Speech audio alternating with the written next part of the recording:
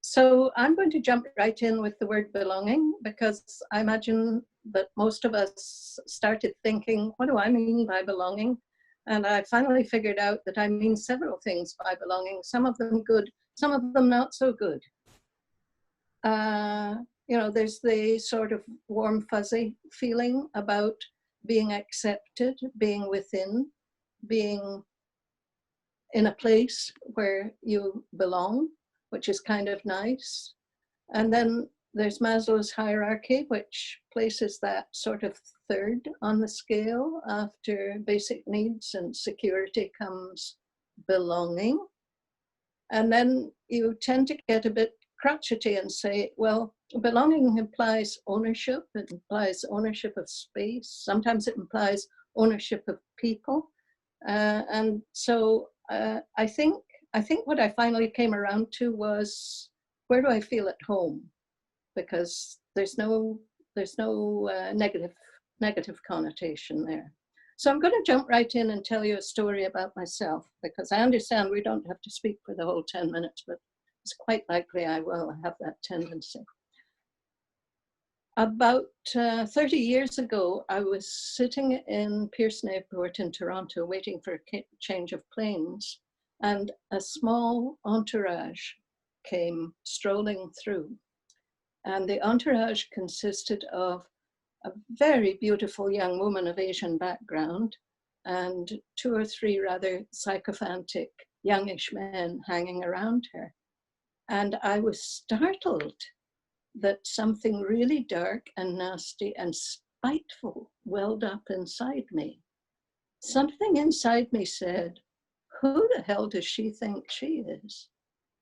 And I thought, oh, that's out of the middle of me, and I don't really like that attitude very much. Where did it come from? So I thought about it a bit then and over the next little while, and I decided that there were 2 reasons that I was angry.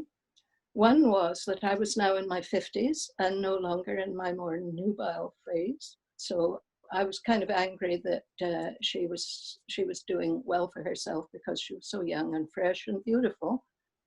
And the other was because she was Asian.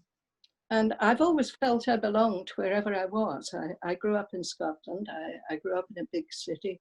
I've never felt I didn't belong anywhere I was, because I've always had the privilege of being on the privileged colonial side of the fence. So when I grew up in the city of Glasgow, it was all what we used to call white bread. There were coloured people at the university when I went to the university, but they went away again. And I don't think they had a very good time, a lot of them, particularly the black people, because some of those stone-faced Scottish landladies were pretty hard to take, even if you were part of the inner colonial group. So I realized that this was me recognizing a puddle of nasty racism inside myself. So I started thinking about that and reflecting on it and working on it over time. And in hindsight, I think I've been able to identify when that ugly exclusionist aspect pops up in my personality. I think it goes right back to the tribe. And I think there are good things and bad things about the tribe. It's very nice to feel you belong. And I must say, I've had a really easy ride of it through life. As I said, I've always felt I belonged. Belonging was easy. Belonging wasn't a problem.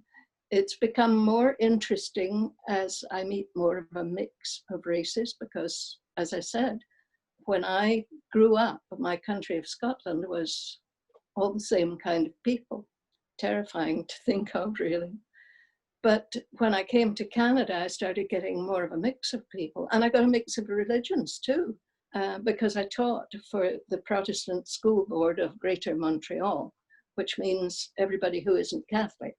The town was split, just like my hometown of Glasgow was split between the 2 major Christian religions. And by the time I arrived in Nanaimo, for the very first time, some of my friends were Catholic, which was really interesting to me, because we had kind of a different take on certain values and certain things, and very similar takes on other things.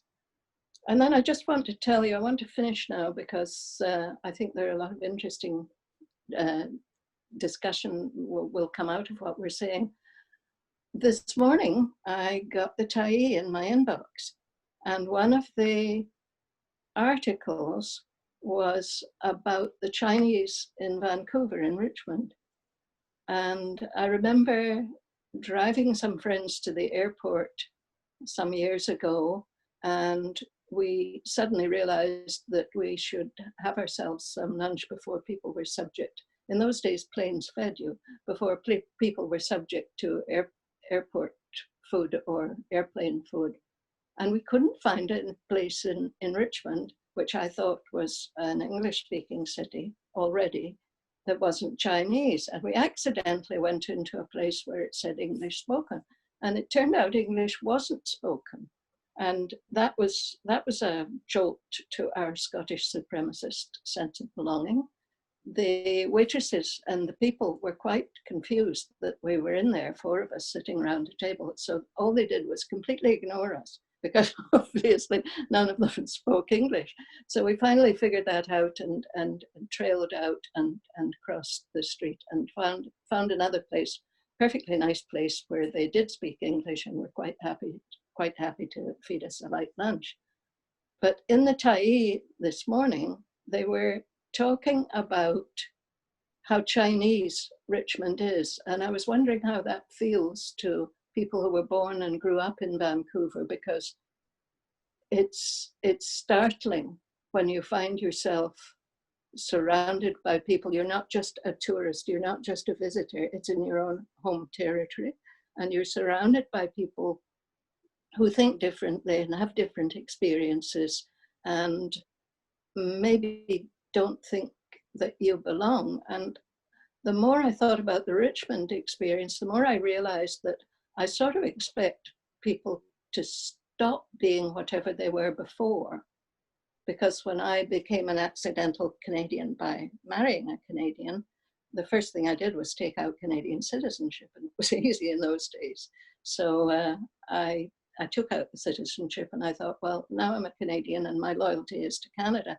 And I was quite surprised reading the article to find out that many of the Chinese in Richmond, people of Chinese upbringing, still feel very strongly Chinese and still keep very strong connections to that part of China that they feel loyal to.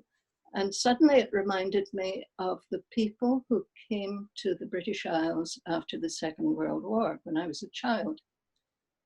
And the Russians were all what we call white Russians. They were anti-communists who had left and who were in mourning for the Russia they used to know. And so I'm thinking, at what point do people start to become belonging in the place where they're earning a living? And at what point do they cut ties from where they come? So I'm going to leave what I have to say right there. I think I talked for nearly 10 minutes. Thank you.